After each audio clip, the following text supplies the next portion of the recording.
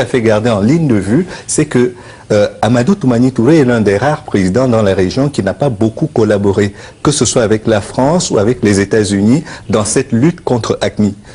Et je crois que quelque part, au début, la France ou les États-Unis ont voulu lui faire payer déjà ce refus, cet entêtement à ne pas le faire à côté. Il peut être déstabilisé, la Mauritanie est dans la même situation. Et vous pourriez également ajouter à cela le Niger, le risque il est réel. Et si on continuait dans ce sens-là, la somalisation du Mali n'est pas très loin.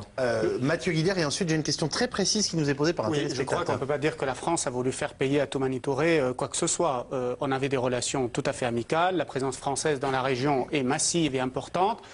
La France aurait pu régler ce problème de façon assez rapide et assez facile. Ce n'est pas plus compliqué que la Coupe. Il y a effectivement, là, c'est le millefeuille de la colonisation. On voit qu'on est en train de changer de période, changer d'époque. On a l'impression qu'on...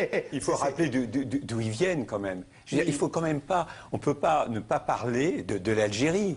Non, il ne faut pas parler de l'Algérie. Ce sont quand même le GSPC, les problèmes de l'Algérie, du GIA. Groupe salafiste pour le combat. Groupe salafiste pour les prédications. Qui sont descendus, je veux dire, qui sont... Sous la pression sécuritaire algérienne. Sous la pression sécuritaire algérienne.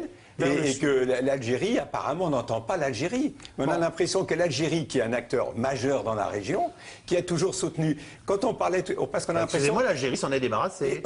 Absolument. Et on a l'impression que le Mali était avant un paradis et démocratique. C'était un pays démocratique, mais qu'est-ce qu'il y avait un président qu'on disait qui était mou, consensuel, etc. Lui, il avait bien la notion des enjeux et des zones d'influence. Il avait le grand frère libyen qui payait, il avait le grand frère algérien qui lui assurait sa sécurité quand il avait ses problèmes avec ses Touaregs. Non, mais c'était un système, un équilibre, c'était un équilibre précaire. On est bien obligé de tenir compte pour expliquer à Bouzed les gens qui sont là. Ils n'arrivent pas de nulle part. Ce sont des Algériens qui étaient avant, qui étaient en train de lutter avant en Algérie. C'est justement ce qu'est en train de nous expliquer Mathieu Guidère. Je pense pas. Je pense qu'il y a vraiment un problème avec l'Algérie. Déjà, les Français voulaient s'installer à un moment donné à Mopti. Ils n'ont pas pu le faire. Le président a toujours justement il n'a jamais voulu qu'il y ait qu'il y en ait quelques instructeurs des Français, des Américains dans la région. Et il y a vraiment ce type de rapport compliqué 50 ans après l'indépendance de l'Algérie.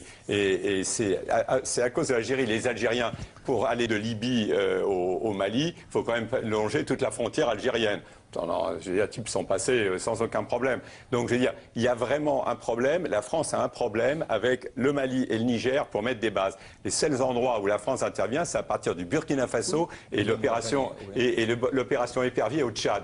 Donc, je veux dire, le Mali et le Niger, c'était no man's land. Mais nous avions demandé à installer des